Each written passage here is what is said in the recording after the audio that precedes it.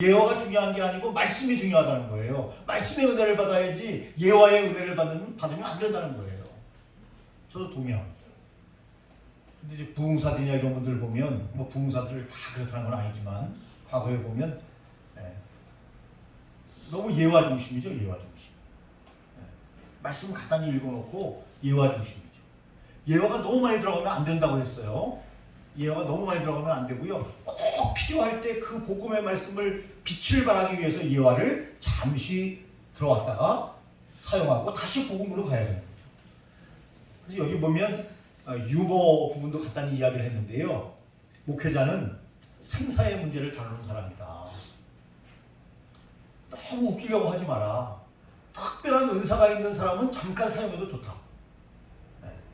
그러나 주가장창 처음부터 끝까지 웃기면 안 된다. 우리는 영생을 증거하는 사람이고 생과 살을 증거하는 사람이고 주님의 복음을 증거하는 대사지 코미디언이 아니잖아요. 처음부터 끝까지 그냥 웃기려고 하지 마라. 은사가 있는 사람은 잠깐 사용해라. 그러나 너무 과하게 사용하면 안 된다. 은사가 있다 할지라도 원래 웃기는 사람들이 좀 있잖아요. 그래도 너무 과하게 사용하면 안 된다는 거예요. 그럼 복음이 어떻게 돼요? 복음이 복음되지 못하고 그냥 개그한 거 웃긴 말 한 것만 기억하게 된다는 거죠. 무엇으로 은혜받아야 되는데요? 말씀으로 은혜받아야 되는데. 그래서 여기 어떤 상상력 이야기를 하면서요. 말씀에 기초한 상상력은 좋은 거죠. 근데 말씀에 없는 것을 막 상상으로 얘기하는 부흥사들을 이야기하면서 뭔 얘기를 합니까? 탕자가 아버지가 돈 주니까 가지고 나갔어요. 허랑방탕하게 썼는데 다 써버렸어. 허랑방탕하게. 그래서 쥐염열매를 먹고 있죠. 쥐염열매는 아는 것처럼 돼지가 먹는 그런 열매, 양식이에요. 그 돼지 우리에 들어가서 돼지치는 그런 일을 했는데 너무너무 배가 고프니까 돼지들이 먹는 것을 지가 다 먹었다는 거예요. 그러니까 돼지들이 화가 나가지고 이 탕자의 다리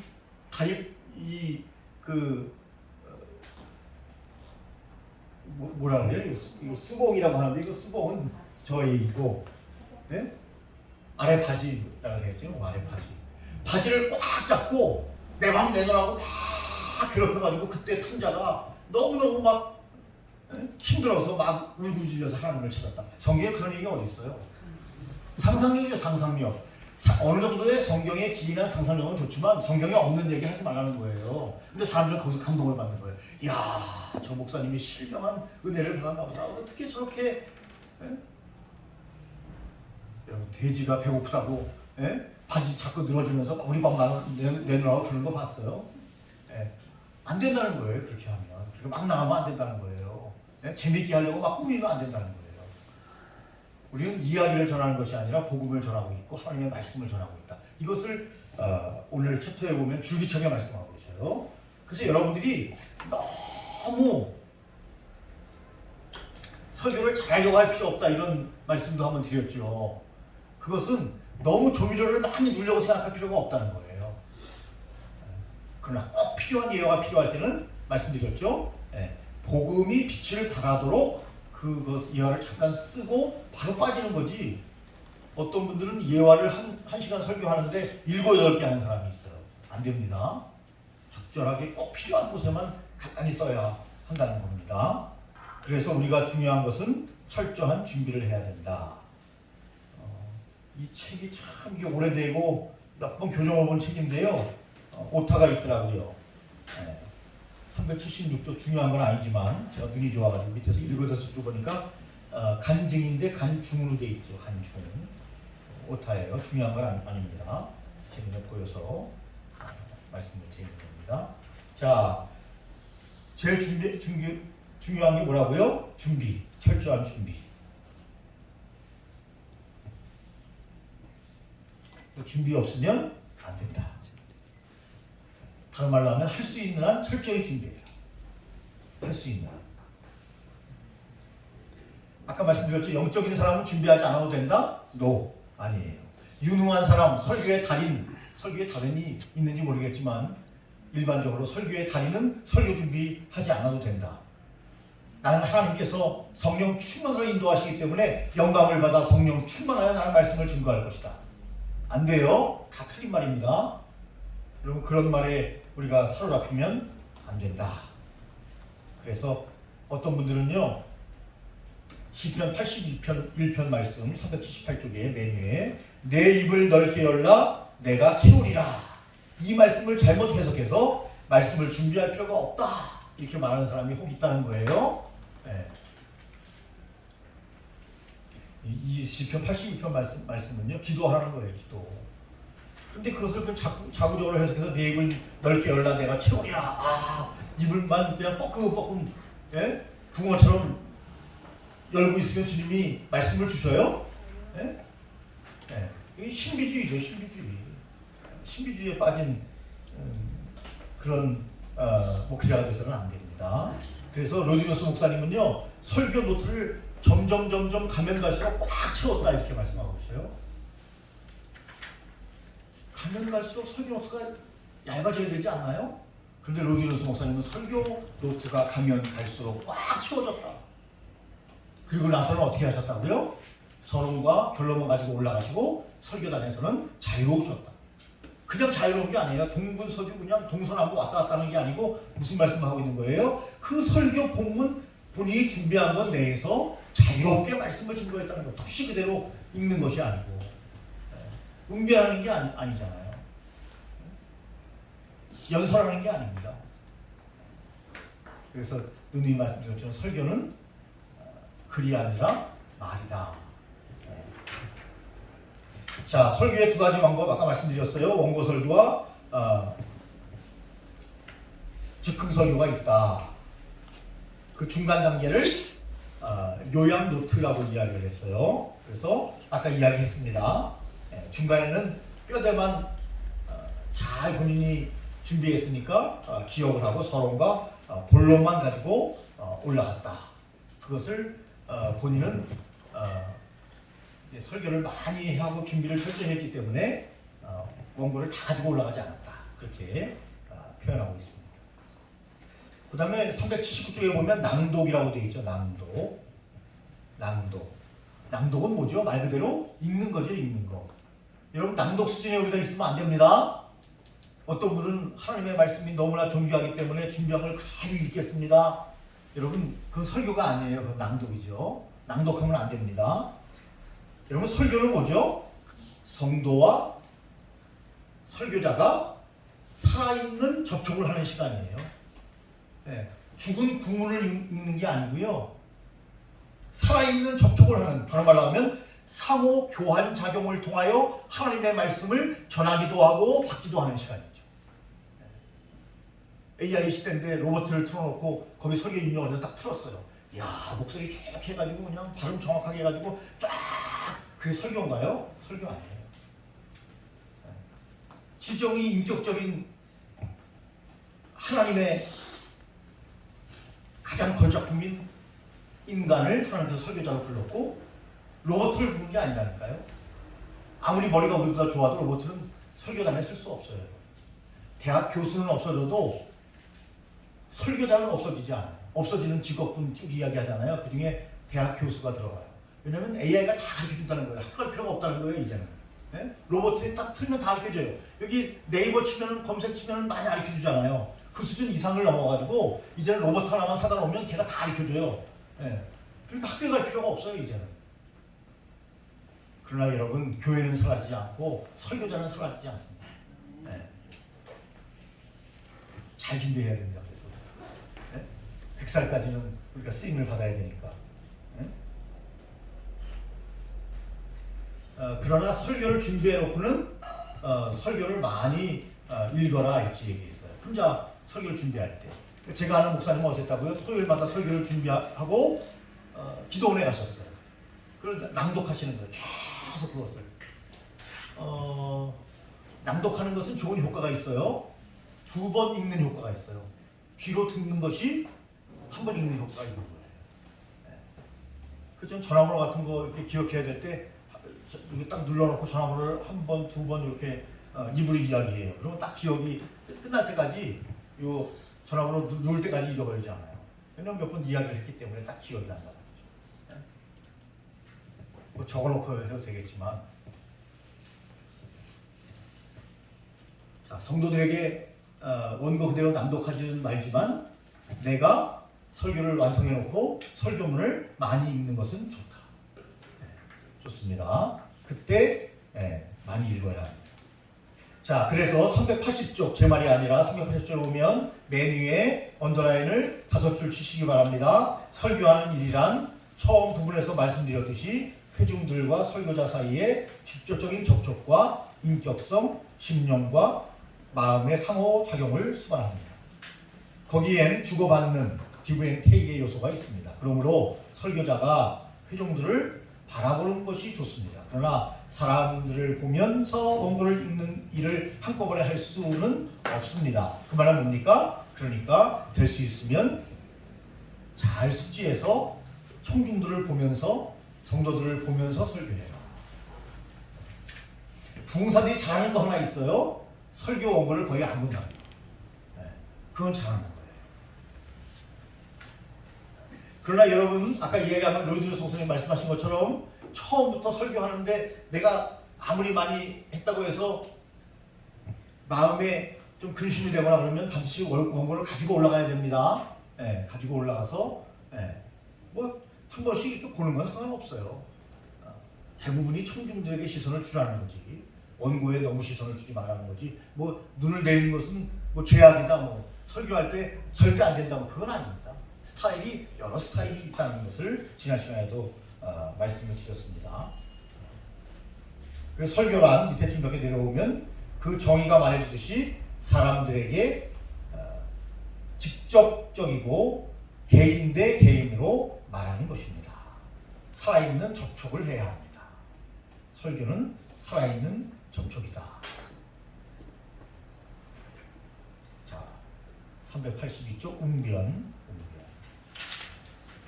설교하는 목회자가요, 너무 시간에 쫓기면 안 됩니다. 그 말은 뭐죠?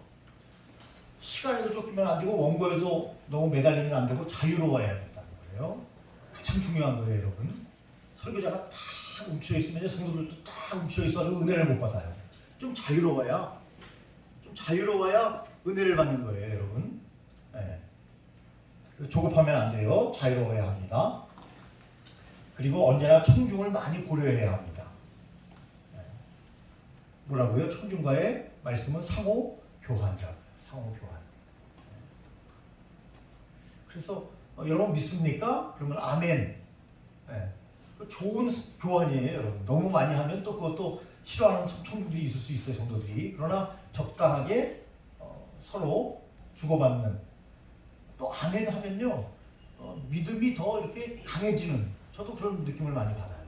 그 말씀을 아멘으로 받으면 더 그 말씀이 확실하게 내 속에 뿌리를 내리는 그런 상호작용의 원리에 의해서 이루어지는 것이다.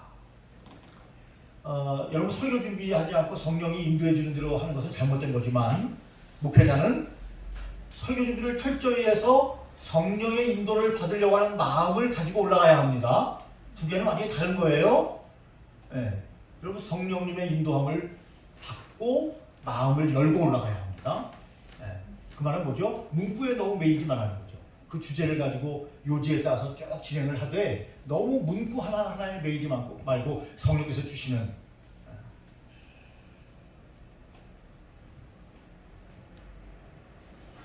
그래서 성령의 감동에 개방적이어야 한다. 이렇게 로이드 목사님은 이야기합니다. 완벽한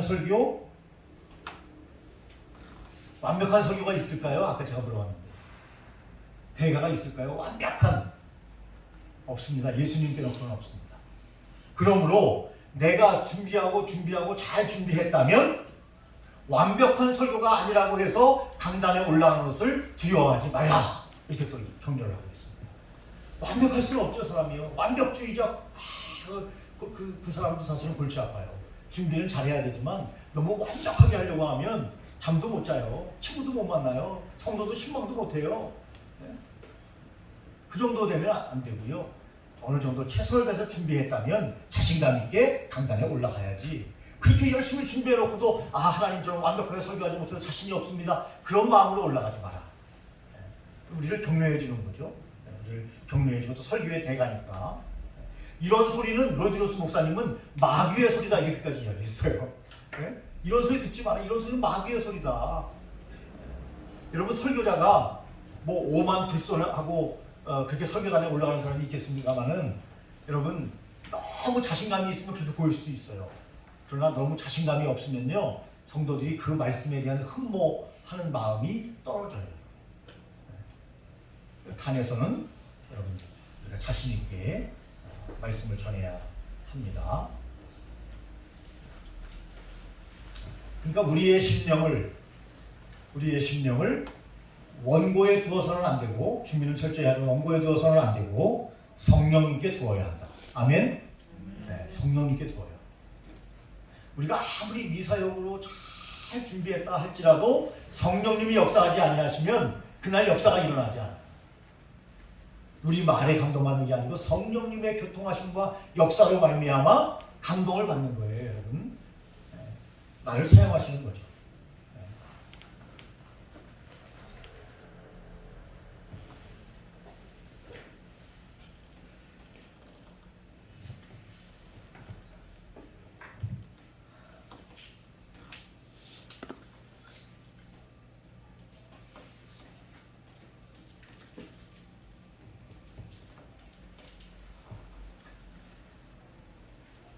오늘은 좀 이 강의자가 좀 이렇게 좀 무게를 잡으니까 여러분들도 좀 무게를 딱 잡으시면 너무 무게 안 잡아도 됩니다. 네. 로디노스 목사님은요 수사학하고 웅변가하고 이렇게 대비해서 말씀하셨어요. 수사학자는 굉장히 논리적이지 않나요? 정교하지 않나요? 너무 정교하고 논리적인 것에 대해서 좀 거부하셨고요. 원고를 읽는 웅변가를 얘기하는 것이 아니고요. 어떤 감정의 교통, 상호 교류 이런 의미에서 우리는 너무 냉철한 수사학자가 되어서는 안 되고 웅변가가 돼야 된다.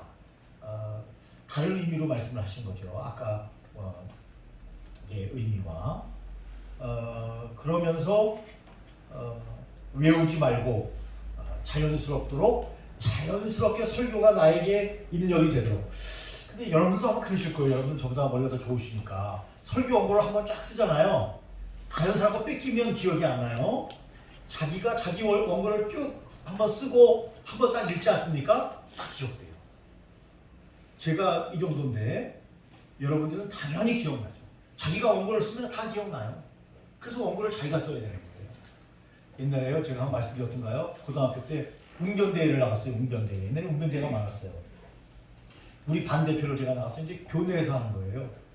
근데 제가 뭐 고등학생이 뭐 얼마나 그 주제에 대해서 잘 쓸 수 있겠어요. 그래서 많은 부분을 제가 책에서 인용을 했어요. 많은 부분을 인용을 했어요. 그럼 너무 많이 인용을 했는데 다 외웠어요. 제가 다 외워가지고 다 나가서 한 20분 동안 잘 했어요. 35분짜리인데 근데 중간에 딱 막히는데요. 다 외운 순서대로 쫙 가야 되잖아요. 다 외웠으니까요. 내 글이 아니니까 쫙 외웠다가 딱 막히는데 갑자기 눈이 깜깜해지면서 아무 생각이 안 나요. 그래서 한 2, 3분 서 있다가 인사하고 그냥 내려와가지고 탈락해버렸어요. 탈락. 선생님 말씀에 의하면 네가 1등 후보였는데 20분이 너무 잘했다는 거예요. 중간에 제가 포기하고 나왔으니까 탈락이잖아요. 그래서 등 외로 들어갔다는 거예요. 제가 그때 후회를 한 게 뭐냐면 내가 준비했어야 돼. 내 글을 내가 썼어야 되는데 다 외웠으니까 저는 줄줄줄 35분 동안 나올 줄 알았죠. 딱 끊기니까 그 뒤가 연결이 안 되면서 그냥 까매지는 거예요. 아무 생각이 안 나요. 또 나이도 어리고 그러니까. 그때 제가 좋은 경험을 했죠. 실패는 성공의 어머니라고. 그럼 내가 써야 되는구나. 군대 가서 또 웅변대회를 또 나갔어요. 그때는 이제 사단 대표로 제가 나갔어요. 여단에 사단 대표로 나갔는데 원래 대대 대표로 나가서 거기서 1등을 해가지고 이제 사단 대표로 나간 거예요. 구사단이었는데 전임업대 여단에 갔어요. 네. 몇 등 했을까요? 1등이 있겠죠. 네, 역시 믿음이 좋으십니다. 네, 잘 봐주셔가지고 1등 했다는데 3등 했습니다. 3등. 근데 그때 기라사 같은 사람들이 많이 왔어요. 막 변론 학원 막 운영하는 사람들이, 이런 사람들이 막 강사들이 막 와가지고 했는데 그 3등한 게 다행인 것이 제가 썼어요. 제가 시간을 빼주더라고요. 너는 정보 취하지 말고 식당 가가지고 원고 써라. 그래서 그때는 뭐 컴퓨터가 있는 시대도 아니고 우리 때만 해도 다 글로 쓰는 거죠. 내가 쓰니까 다 기억나요. 네, 내가 썼으니까요. 그래서 여러분 설교도 뭐 청중이 다 잘하다고 해서 막 유식한 설교 막 빌려가지고 설교하고 그럴 필요가 전혀 없어요. 네. 그렇다고 성령님이 역사하시는 것이 아니에요. 내 설교를 잘 준비하면 하나님이 그것을 통해서 역사하신단 말이죠. 네. 그래서 한번 실패해봤기 때문에 두 번 실패하는 없다. 실패도 좋은 거예요, 여러분. 실패하지 않는 사람은요 안 되는 거예요. 네. 뭐 안 되는 건 아니지만 뭐 실패해본 사람이 좀 더 인생이 풍부한 맛을 아는 거죠. 좋은 거예요, 좋은 거. 그럼 나쁘다고 생각하면 안 돼요. 자, 그래서 쭉 그 말씀을 하고 계십니다. 쭉 말씀을 그러면서 조급해하지 말고 384쪽에 보면 조급해하지 말고 385쪽에 보면 자유 자유 자유 이렇게 말씀하셨어요. 네. 자기가 준비하고 여러 번 읽고 나가면 자유하게 됩니다. 네. 그 다음이 아까 언급했던 387쪽의 예화의 부분입니다. 예화. 예화는 어떨 때 사용해야 되는가? 적으셔도 좋아요. 진리를 밝혀주는데 예화는 목적이 있어요. 예화의 목적은 어디에 있어요? 진리를 밝혀주는데 목적이 있어요. 그 예화가 진리를 밝혀줘야 돼요. 아까 말씀드린 것처럼 예화가 너무 좋아가지고 본문에 하나님의 말씀이 흐릿흐릿하게 들려지면 안 돼요. 만약 예화가 너무너무 좋은 예화가 있어서 말씀의 진리가 환하게 비치지 못할 것 같으면 그 예화를 빼버리는 게 나아요. 예화 중심이 아니라 말씀 중심, 복음 중심이어야 된다는 것을 강조하고 있는 거예요. 그러니까 예화는요, 진리를 분명하게 드러나게 해주는 도구에 불과하다는 거. 네. 이걸 좀 딱 기억했으면 좋겠고요. 네. 그것 외에 무엇이 있어서는 안 된다. 잘못하면 예화 때문에 설교의 가치가 떨어진다. 네. 그래서 약간만 사용해야 된다. 그래서 이런 재밌는 얘기를 했어요. 로드조스 목사님은. 예화는 한여에 불과하다. 지금은 한여가 없지만 예를 드신 거죠. 네. 한여에 불과해요. 네. 예화가 무슨 뭐 왕비도 아니고 공주도 아니에요. 예화는 한여에 불과하다. 예화에 목숨 걸지 말라 이 말이죠. 네. 예화에 너무 목숨 걸면요 설교가 대중오락이 된다 이렇게 말씀하셨어요. 대중오락 재밌는 거 막 영화 여기서 저기서 찾아가지고 막 개그해버리면 대중오락이 되잖아요 설교가. 그렇게 되도록 하면 안 된다는 거죠. 물론 자연스러워야 되지만 시간이 오락 시간이 되면 안 돼요. 설교 주님께서 우리를 오락하라고 부르셨어요? 그럼 우리 방송국으로 가야죠. 우리 설교라고 부르셨다니까요. 그 시간이 오락 시간이 되면 안 돼요. 잠깐 재밌는 뭐 멘트를 하고 빠져야 되지. 그걸 계속 그냥 그 얘기를 해버리면 안 된다. 또 예화를 사용할 때요. 너무 의학적인 용어, 법학적인 용어, 과학적인 내용을 하지 마라 그랬어요. 왜 그래요? 우리는 신학을 공부한 사람이고요. 말씀을 탐독한 사람이기 때문에 말씀을 증거해야 할 사람들이 더 신뢰하게 되는데 잘 알지도 못하는 과학, 의학, 법학 이야기를 하면 거기에 성도들 중에 우리보다 더 잘 아는 사람들이 분명히 앉아 있는데 잘못된 예화를 법학이나 혹은 뭐 의학이나 과학적인 것을 들었을 때 거기 앉아있는 성도가 아이고 우리 목사님은 알지도 못하면서 왜 저런 말씀을 하실까? 라는 보고 얘기하는 것 때문에 우리가 전하는 복음도 우리 목사님이 연구도 안 하시고 말씀을 전할 수도 있다고 하는 의심을 하게 만든다는 거예요. 일리가 있죠. 더 전문가들이 있는데 그 얘기를 할 필요가 없는 거죠.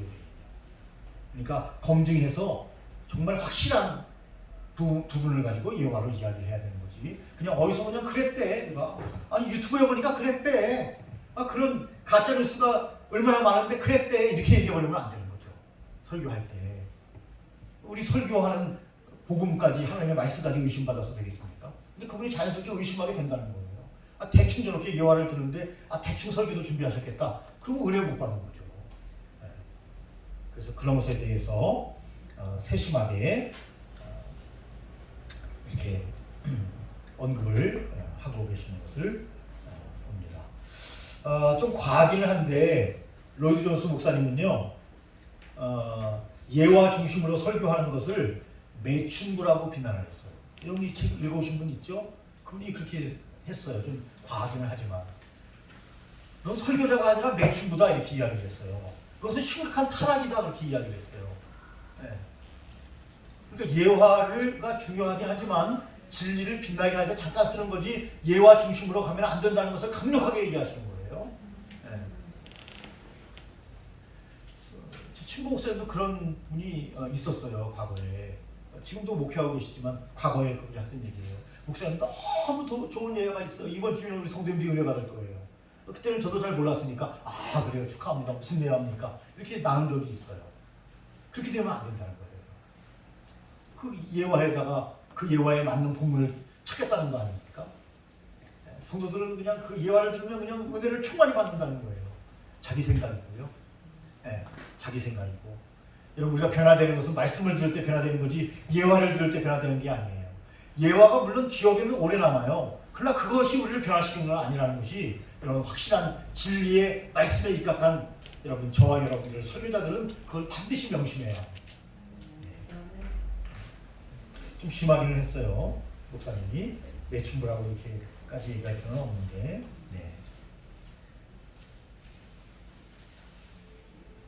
그래서 그 예화가 목적이 되면 진리가 목적이 되지 않고 그 예화가 목적이 되면 그 예화는 사용하지 말아야 됩니다. 설교를 해야지 예화를 하면 안 된다. 상상력도 좋은 거지만 아까 얘기했죠. 탕자 비유 얘기했죠. 너무 생생한 묘사를 한 나머지 성경이 말하는 데서 말하고 성경이 멈추는 데서 멈춰라. 이것을 주님이 우리에게 원하시는 거예요. 성경이 멈추는 데서 멈추지 않고 막 나가버리면 신비주의자가 되거나 혹은 이단이 되어버리는 겁니다. 성경이 하지 말라는 얘기는 우리가 할 필요가 없어요.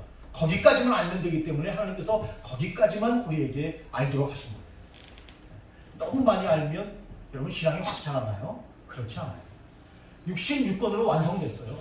그걸 가지고 증거하면 변화되고 천국 가는데 이성이 없기 때문에 하나님께서 이단처럼 여호와의 증인이나 몰몬경이나 이런 거 끼워놓지 않고 코란이나 이런 거 끼워놓지 않고 66권으로 완성하셨다는 거죠. 우리가 잘 아는 것처럼 그 가톨릭도 가면 외경이 있잖아요. 외경. 한번 그냥 여러분들이 재미삼아 읽어보는 건 좋아요. 그러나 그 성경이 아니에요, 여러분.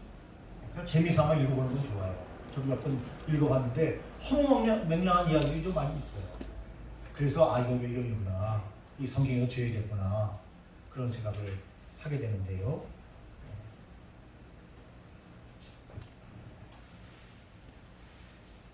상상력이 어느 정도는 좋지만 진리에 더 큰 영향을 미칠 때, 상상력이 미칠 때 그것은 중지돼야 됩니다.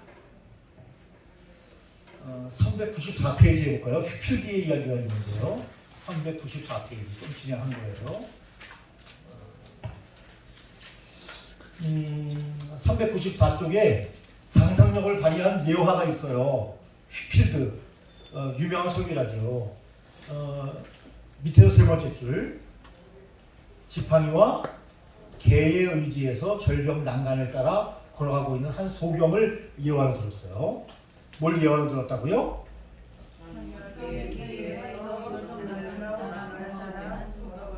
자, 절벽 난간을 걸어가는데 이분은 소경이에요. 그래서 지팡이와 개를 의지해서 지나가는 거예요. 지팡이 잘못 집으면 떨어질 수 있고 개가 예를 들어서 갑자기 크게 짖거나 혹은 개가 먼저 떨어지거나 하면 자기도 떨어질 수 있는 그런 아주 생명이 왔다 갔다 하는 그런 절벽 난간을 지팡이와 개를 의지해서 가고 있다. 그런 이야기를 하면서 395조 두 째 줄에 볼까요? 히필드는 이런 식으로 죄인이 점점 더 가공할 최후 심판과 영원한 멸망의 부름으로 가까이 감을 이것을 예로 이야기를 하는 거예요. 죄인이 점점 더 가공할 최후 심판, 영원한 멸망의 구렁텅이에 가까이 가고 있다. 점점 언제 떨어질지 모른다. 이런 이야기를 하기 위해서 이 예를 만들어서 했는데 이것은 나름대로 의미가 있을지 모르지만 상상력이 너무 과했다라고 로이드 존스 목사님은 봤습니다. 뭐 괜찮은 예화로 쓰일 수도 있어요. 제가 볼 때는. 그러나 이것을 예로 들으셨어요. 이렇게 약간 과하다 싶은 예는 들지 않는 것이 좋다. 그렇게 말씀을 하고 있습니다. 어떤 분들은 예화를 성경에서 들은 경우가 많이 있죠. 그게 더 로이드 존스 목사님을 환영하는 바죠. 설교 쭉 지나가다가 예화를 구약의 뭐 아브라함 얘기라든지 다윗이라든지 그런 이야기로 예화를 들어라. 그러나 그 예화가 또 설교가 되면 안 되고요. 그건 예화로 들고 바로 빠져나와야 되는 거죠. 물론 사람들이 편안하게 듣기 위해서 일상 속에서 사용하는 예화 좋지만 계속 양념을 치면요 너무 짜거나 너무 맵거나 해서 못 먹어요. 살짝만 치고 나와야 됩니다. 그것을 말씀하고 있는 겁니다. 우리의 심장은 예화가 아니라 우리의 심장은 복음이고 말씀이다. 우리 로이드 존스 목사님은요 아주 반복의 은사가 있는데 반복을 하시면서 약간 다르게 계속 반복하셔요. 아주 상당한 은사가 있으셔요. 우리의 심장은 뭐라고요? 말씀이죠. 예화가 우리의 심장이 아닙니다. 사람이 죽으면 뇌가 멈추거나 심장이 멈추거나 그러면 사람이 죽을 거예요. 우리 삼성 이건희 회장이 그제인가요? 어제인가요? 돌아가셨죠? 어제죠? 6년 동안 병원에 계셨대요. 6년 동안 식물인간으로 6년 동안. 야, 6년이면 엄청난 세월인데요.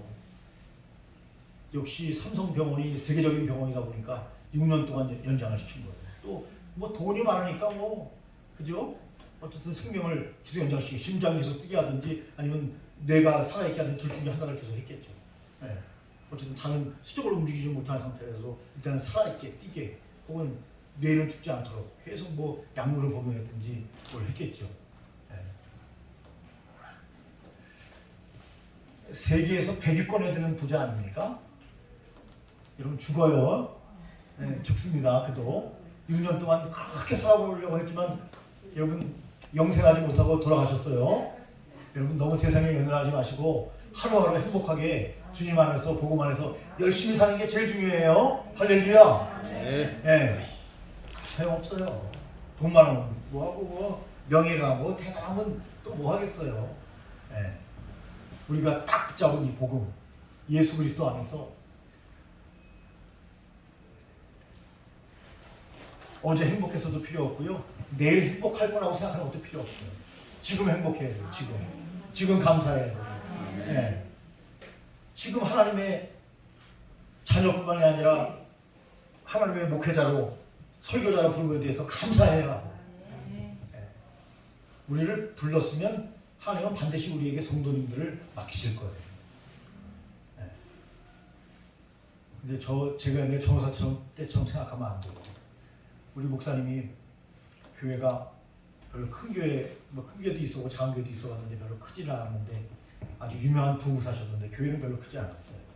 그래서 우리 목사님을 볼 때마다 야 대부흥사인데 그래도 어떻게 교회가 그렇게 작을까 그렇게 생각했는데요. 목회를 해보니까 내 뜻대로 되는 게 아니에요. 그게 그러니까 하나님께서 우리에게 어떤 영혼을 얼만큼 맡기실지 모르지만 반드시 우리에게 영혼을 맡기십니다.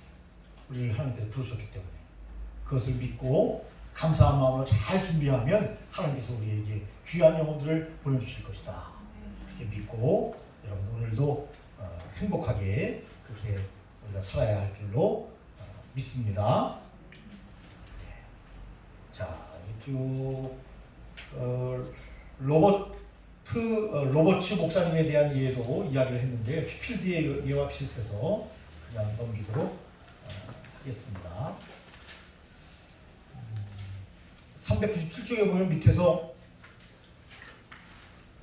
7째 줄 끝에요. 진리로 사람들을 움직이는 것이지 우리의 상상력으로 움직이는 것이 아니다. 강조하고 있죠. 네.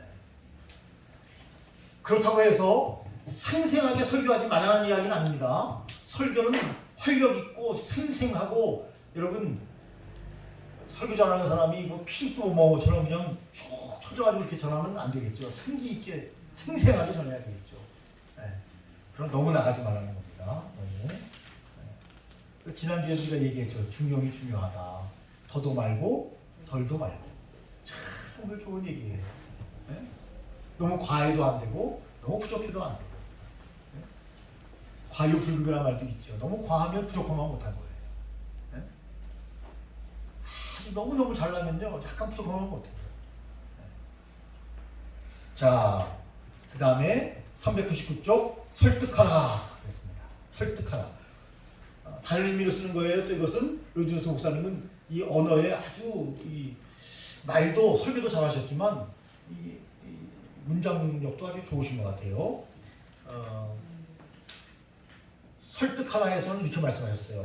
웅변적이 아니라 설득적인 설교를 하라. 설득해야 돼요, 사람들을. 하나님의 말씀으로. 그러기 위해서는 막 웅변이라고 하면 뭐죠? 내 목소리를 막 감동적으로 내는 거. 그것이 아니고 여기서는 설득적인 설교를 하는 것이 좋다. 이렇게 말했습니다. 설득적인 설교. 바울을 예를 들면서요. 바울이 말을 잘 했다 그래 성경 보니까 아주 달병이라 그래요. 아니면 그렇게 말을 잘 하지 못했어요. 야, 어떻게 그렇게 잘하나요? 바울하고 친구예요. 어떻게 그렇게? 네? 잘 못했죠. 네. 잘 못했어요. 그런데 바울은요. 진리가 나를 붙잡으면 강력하게 하나님의 말씀을 증거하는 바울은 진리가 붙잡았을 때 강력하게 하나님의 말씀을 증거하는 것을 우리는 서신서에서 얼마든지 볼 수 있어요.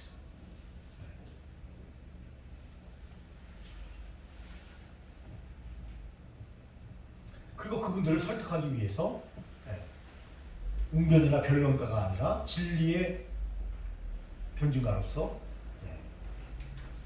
그들을 설득하고 그리고 아주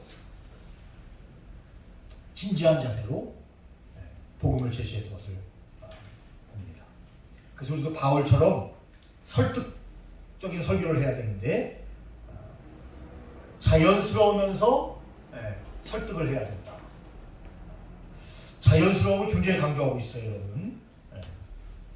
그 말씀이 6번에 쭉 나와 있는 것이고요. 그래서 바울의 설교를 들으면 진리에 접근했을 뿐만 아니라 장엄함까지 느껴진다. 그렇게 표현을 했습니다. 말은 잘 못했지만. 그 다음에 이제 유머가 나오는데요. 다양성을 인정했어요. 무슨 말입니까? 원래 웃기는 사람은 조금 설교를 하는데 웃겨서 잘못된 것은 아니다. 다양성을 인정했어요.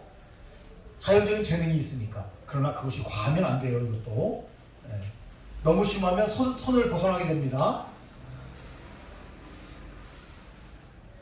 스펄전 목사님이 그렇게 농담을 잘하셨다네요. 유머를 잘하셨대요. 설교 시간에. 어느 교인이 찾아왔대요. 설교 여기 책 읽어보시면 알죠. 목사님 너무 웃겨요. 그런데 너무너무 웃기니까요. 좀 그만 웃겨주세요. 왜냐면 너무 많이 웃겨요. 설교 시간에. 웃긴 건 좋은데 너무 많이 웃겨가지고요. 좀 안 좋아요. 이렇게 이야기를 했어요. 그때 로이드노스 목사님이 이렇게 얘기했대요. 내가 사실은 성도님이 알고 계신 것보다 더 웃긴 사람이고 설교 시간에 엄청나게 웃긴 생각이 많이 나는데 그것을 많이 커트하고 요만큼 한 거다. 그걸 좀 믿어달라. 그걸 좀 알아달라. 뭐 그렇게 얘기를 했대요. 그러니까 굉장히 웃긴 사람이죠. 많이 웃긴 생각이 난 것을 커트했는데도 그렇게 웃겼다니까. 근데 그 성도는 별로 안 좋았대요. 너무 웃기니까. 한두 번 웃고 말아야 되는데 그냥 설교 처음부터 끝까지 그냥 웃기니까 이건 무슨 뭐 개그 프로를 보는 건지 설교를 듣는 건지 모르겠다. 그렇게 이제 방문을 한 거죠, 성도가. 과하면 안 된다. 그러면서 설교자는 영혼과 운명을 다루는 자다. 영혼과 운명을 다루는 자가 너무 가벼워 보이면 안 된다.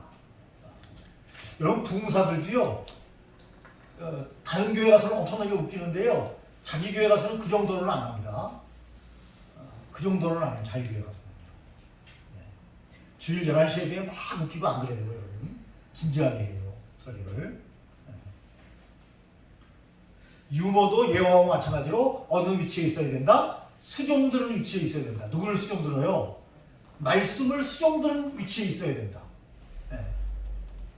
너무 과하면 안 된다. 그러나 아까 얘기한 대로 무미하고 생동감이 없으면 안 된다. 내가 막 끼가 너무 많아가지고, 뭐 끼라고 표현해서 좀 그렇지만 유머 감각이 너무 많아가지고 스펄전 목사님처럼 그것을 다 잘라버리면 너무 무미건조하겠다. 그럴 때는 너무 과하지 않도록 중간중간에 넣을 수밖에 없다. 그것을 로드로스 목사님은 인정했어요. 왜냐하면 너에게는 그런 자연적인 재능을 하나님이 주신 거니까. 그런 너를 설교자로 하나님이 부른 거니까. 그것까지 막을 생각은 없지만 과해서는 안 된다. 예화도 마찬가지고 유머도 마찬가지다. 너무 지적인 요소도 마찬가지겠죠. 너무 지적인 설교를 한다. 그것도 너무 많이 들어가면 자, 그 다음에 403쪽 설교의 길이에요. 여러분 설교를 10분 해야 될까요? 60분 정도 해야 될까요? 청교도들은요 설교를 60분 하는 전통이 있었어요. 예배를 60분 드리는 게 아니라 설교만 60분 합니다. 설교만. 너무 길죠.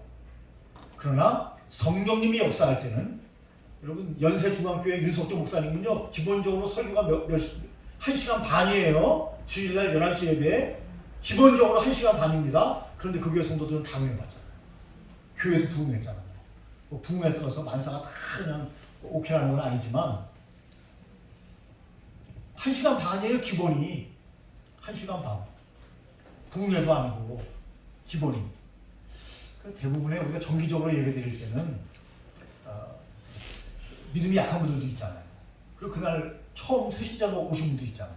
너무 길면 또 사람이 또 어느 정도 공부도 하다가 또 쉬기도 하고 또 예배 드리다가 쉬기도 하고 해야 되는데, 너무 길게 예배를 드리면 우리가 매주 예배를 드려야 되는데, 그래서 설교의 길이에 대한 부분을 이야기했는데, 설교의 길이를 로디누스 목사님은 딱 정할 수는 없다. 뭐 저도 동감합니다. 딱 정할 수는 없다. 그러나 정기 예배 때는 맞춰서 하는 것이 좋고, 저 같은 경우는 한 35분 정도 설교합니다. 길게 할 때는 한 40분. 짧게 할 때는 우리 찬양 정사님 보고 찬양을 좀 길게 하라고 합니다. 찬양도 예배예요, 여러분. 우리는 찬양 정사님이 찬양을 시작할 때부터 예배가 시작되는 거예요, 우리는. 예.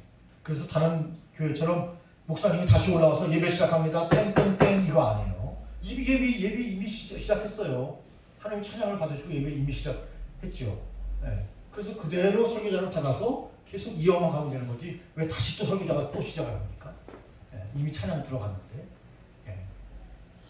그 제가 설교가 좀 짧을 것 같을 때는 정사님 보고 찬양을 한 10분 정도 더 해주십시오. 그렇게 이야기를 하고, 설교가 좀 길 것 같을 때는 찬양을 조금 몇 곡 줄여서 찬양을 들어주십시오. 그렇게 이야기해서 될 수 있는 대로 1시간에 딱 맞추려고 합니다. 그러나 어떤 때는 맞추려고 해도 1시간 20분까지 갈 때도 있어요. 설교가 길었기 때문이죠.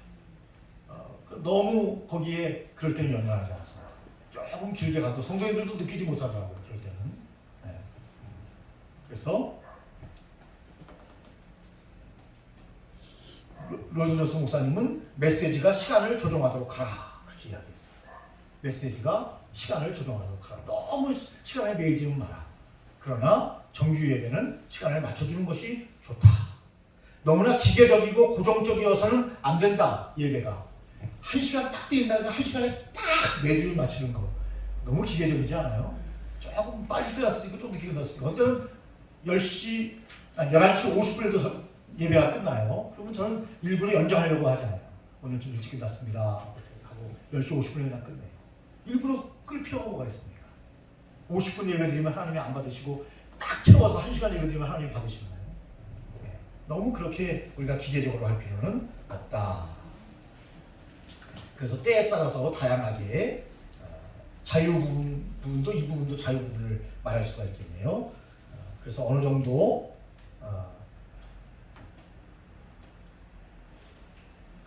청중들이나 성도들을 감안하는 것도 필요하겠지만, 어쨌든 맞추는 것도 필요하겠지만, 메시지가 시간을 조정하도록 하라. 그것을 강조를 하셨습니다. 자, 오늘 여기까지입니다. 네, 줄기차게 왔는데 다음 주에는 13과 나가도록 하겠습니다. 매주 우리에게 좋은 영상을 촬영해 주시는 우리 충무 이승신 장군의 후예이신 우리 선생님께서 기도해 주시고 정사님 기도해 주시고 마치도록 하겠습니다. 하나님 감사합니다. 오늘 전체 성도들을 오늘 선지동산에 불러주시고 박병대 교수님 설교와 목사와 설교의 과목을 생생하게 우리 현실에 접목되도록 가르쳐 주심에 감사드립니다. 우리 전체 성도들이 정말 어려운 코로나 시기에도 또한 여기에 모여서 지식을 쌓아가는 이 은혜를 주심에 무한 감사드립니다. 예수 그리스도 이름으로 기도드렸습니다. 아멘. 감사합니다. 수고하셨습니다.